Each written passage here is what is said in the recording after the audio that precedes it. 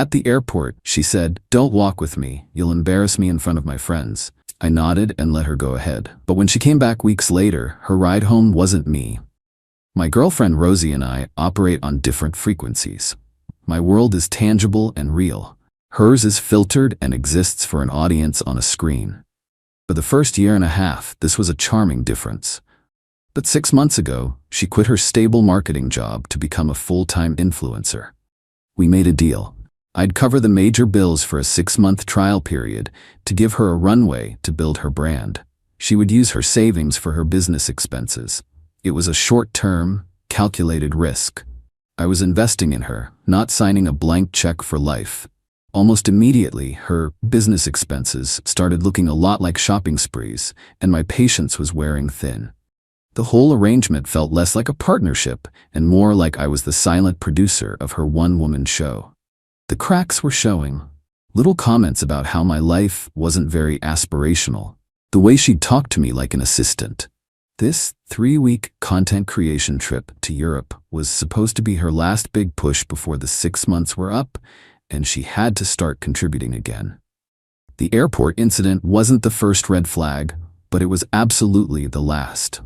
I drove her to the airport and helped her with her 3 oversized, ridiculously heavy suitcases. As we approached the check-in counter, she saw her friends, Lauren and Ashley. They were dressed like they were about to walk a runway, not sit on a 10-hour flight. They looked over at me in my comfortable jeans and hoodie, and I saw them exchange a look of faint disgust. Rosie stopped dead in her tracks. She turned to me, not with a loving goodbye, but with a look of sheer panic. "Okay, you can stop here," she said, her voice a harsh whisper. I was confused. "What do you mean? I'll walk you to security." She let out an exasperated sigh, as if I had just suggested we churn our own butter in the middle of the terminal. She glanced over at her friends who were pretending not to watch, and then looked back at me. "Don't walk with me," she said, her voice low and sharp. "You'll embarrass me in front of my friends." And there it was, the final confirmation. I wasn't a person to be loved and missed. I was a potential embarrassment to be managed, a stain on her carefully crafted image. I looked past her and saw Lauren and Ashley smirking. They had heard. In that moment, our entire relationship replayed in my head, but this time with perfect clarity. Every dismissive comment, every time I felt like an accessory instead of a partner. It all clicked into place. The love I felt for her didn't just die, it evaporated. I didn't get angry, I didn't raise my voice. A strange, almost joyful calm settled over me. I looked at her perfectly made-up face, and I just nodded. "You're right," I said, my voice even and polite. "I wouldn't want to do that." I let go of her luggage cart. "Have a great trip," I said. Then I turned around and walked away without looking back. She stood there, stunned into silence. She was expecting a fight, an argument, some drama she could later recount to her friends. She didn't get it. All she got was my back, walking away, getting smaller and smaller. As I walked out of the airport, I pulled out my phone. She was going to be gone for 3 weeks. That was more than enough time. She was about to get the rebranding of a lifetime. And her ride home definitely wasn't going to be me. Update 1. The drive home from the airport was the most productive hour of my life. The petty, emotional part of me wanted to just go home and throw all her stuff on the lawn. But the part of me that values structure and process knew that this needed to be handled with precision. This wasn't a demolition, it was a careful, deliberate disassembly. My first stop was the dealership where I'd bought the luxury SUV she drove. It was a beautiful car, and she loved being seen in it. It was also a car that was entirely in my name. I walked in, found the sales manager I'd worked with before, and told him I wanted to sell it back. He was a bit surprised, but he knew a good deal when he saw one. By the end of the afternoon, the paperwork was signed, the car was theirs, and a very large check was in my pocket. Step 1, complete. When I got home, the house felt strange. It was filled with her presence. Her clothes were in the closet, her products were all over the bathroom, and her filming studio had taken over the entire spare bedroom. It was a monument to a person who no longer existed in my life. It was time for a renovation. I didn't just want to pack her things. I wanted to erase her. I called a high-end junk removal and deep cleaning service. I explained the situation. I told them I wanted every single item that wasn't mine removed from the house. I wanted the closets emptied, the bathroom cleared, and the spare bedroom gutted. I also wanted a deep clean of the entire house, from top to bottom. I wanted the place to feel new again. They quoted me a price, and I told them I'd pay double if they could have it all done by the end of the next day. While they worked their magic, I focused on the digital side of our lives. I logged into our shared streaming accounts and changed all the passwords. I went through my bank accounts and credit cards, removing her as an authorized user on everything. I also found the login for the website she used for her influencer business. I didn't delete it. That would be too simple. Instead, I went into the back end and changed the contact email and recovery phone number to my own. I was now the silent and sole administrator of her brand. By the next evening, the house was transformed. It was empty, clean, and quiet. The junk removal service had been ruthlessly efficient. Every trace of her was gone.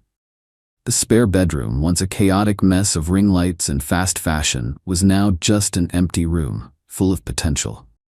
But an empty house isn't a home. So I went shopping. I bought a new, comfortable couch that you could actually fall asleep on. I brought out the solid oak coffee table I'd built myself a few years ago and had kept in storage because it didn't fit her aesthetic. I bought a new TV, a bigger one, and a proper sound system. I turned the spare bedroom into a home gym and a workshop for my smaller design projects.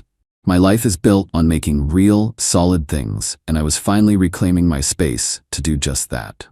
Over the next 2 weeks, I systematically rebuilt my life. I reconnected with friends I hadn't seen in months because Rosie found them boring. I went hiking. I went to baseball games. I did all the things I had stopped doing because they weren't Instagrammable. I received a few texts from her during this time. Short, breezy messages with pictures of her in front of the Eiffel Tower or eating pasta in Rome. She never asked how I was. She just sent updates on her own glamorous life. I never replied. The final piece of my plan fell into place a few days before she was due to return. I took the check from the car sale and used a portion of it to book a trip for myself. A 2-week motorcycle tour through the national parks out west. A trip I had always wanted to take but had put off because Rosie hated camping. My flight was scheduled to leave on the same day she was scheduled to arrive. The day before her flight home, I sent her a single email. The subject line was, "Important information regarding your return." The email was short and to the point. "Rosie, as per your request at the airport, I have ceased to be a part of your life. To that end, I have made the following arrangements. 1. Your belongings have been professionally packed and moved to a secure storage facility. The address is 123 Storage Way, Unit 42. The access code is 1234. The first month is prepaid. 2. The car you were driving has been sold. It was my property. 3. The locks on the house have been changed. You are no longer a resident. I trust this provides you with the freedom you desire. I will be out of the country for the next few weeks and will not be reachable. I wish you the best in your future endeavors. Tom." I hit send, turned off my phone, and finished packing my motorcycle gear. She wanted to be the star of her own show. I had just given her a brand new stage. A completely empty one. Update 2. I was somewhere in the middle of Zion National Park enjoying the profound silence of the desert when I finally turned my phone back on. It had been 5 days since I'd left. The digital onslaught was even more spectacular than I had imagined. It was a beautiful symphony of panic and rage. I had hundreds of notifications, missed calls from Rosie, her friends, and her parents. Voicemails that I could see from the transcriptions were just strings of incoherent screaming. And emails. So many emails. My best friend, Dave, had been my man on the ground, and he gave me the play-by-play. Rosie's flight had landed, and she had apparently waited at the arrivals curb for over an hour, expecting me to be there. When I didn't show up, she had a full-blown tantrum right there on the sidewalk. She finally had to take a ridiculously expensive cab all the way back to my house. The cab driver, according to Dave, who heard it from a neighbor, had to help her with her 3 massive suitcases. She paid him, and he drove off just as she was trying her key in the lock. The moment of realization when the key didn't work was, by all accounts, a sight to behold. She was stranded, on my porch, with 300 pounds of luggage and no way to get in. She started calling me, of course. Then she called her friends. Lauren and Ashley, who had been so supportive of her glamorous European adventure, were suddenly very busy. Neither of them had a car big enough for her luggage, and they lived in tiny apartments on the other side of town. Her parents had to drive 2 hours to come and get her. Dave said the scene on my front lawn was pure chaos. Her father was yelling, her mother was crying, and Rosie was just sitting on one of her suitcases, staring at the front door of the house she was no longer welcome in. The social media campaign started that night. It was a coordinated attack. Rosie, Lauren, and Ashley all posted long, tearful stories about the dark side of relationships and how I had abandoned Rosie, leaving her homeless and stranded. They were trying to paint me as a monster, but I had already inoculated our mutual friends against their nonsense. Before I left, I had sent a short, private message to a few key people. I told them that Rosie and I had broken up and that she had said some things that made it clear we wanted very different lives. I asked them to just reserve judgment until they had all the facts. So when the smear campaign started, it didn't land. People were skeptical. The story of what she had said to me at the airport had already started to leak out. Her narrative of being a blameless victim wasn't holding up. The most glorious part, however, was what I had done with her website. Remember how I had taken administrative control? While I was on my trip, I had made one small change. I replaced her entire portfolio of glamorous, filtered photos with a single high-resolution image. It was a picture of the receipt from the junk removal company, with the total costs circled in red. Underneath it, I added a single line of text: "Brand undergoing a strategic realignment. Please check back soon for updates." I heard from Dave that one of her few remaining followers saw it and sent her a screenshot. Her entire online persona, her business, had been reduced to a receipt for throwing her stuff away. She had a complete meltdown and took the entire site offline. The legal threats came a week later. A letter from a fancy law firm demanding I restore her access to the house and provide financial support. My lawyer, a man who enjoys this kind of thing a little too much, sent back a response. It included a copy of the deed to the house, in my name only, a copy of the car title, in my name only, and a detailed invoice for her half of all living expenses for the past year, which far exceeded any claim she could possibly make.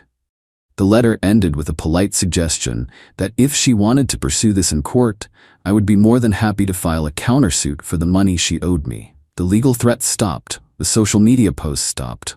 All that was left was a quiet, satisfying silence. Final update. It's been about 4 months since I got back from my motorcycle trip. The silence has been the best part.